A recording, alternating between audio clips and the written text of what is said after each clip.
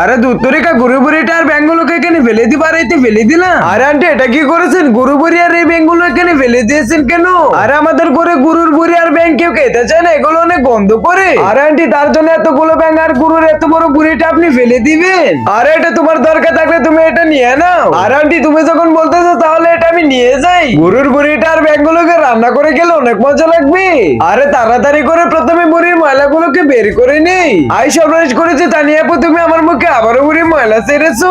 আরে সাগর আমি কি দেখে ময়লা ছেড়ে নাকি? গুরুর এই বুড়িটাকে রান্না করে গেলে অনেক মজা লাগবে।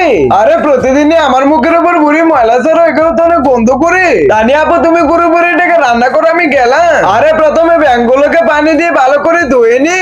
আরে তো ধুয়ে নিলাম। আরে বন্ধুরা তারপর যেটা করতে তা দেখার আগে তোমরা যদি আল্লাহর চিমড়িকে ভালোবেসে থাকো তাহলে লাইক সাবস্ক্রাইব করে দাও। আরে কিছু আদা হলুদ মশলা দি বুড়ি আর ব্যাংগুলোকে তেলে দিয়েছি। আর এই তো বন্ধুরা কিছুক্ষণ অপেক্ষা করার পর গুরু বুড়ি আর ব্যাং রান্না করা হয়ে গেছে।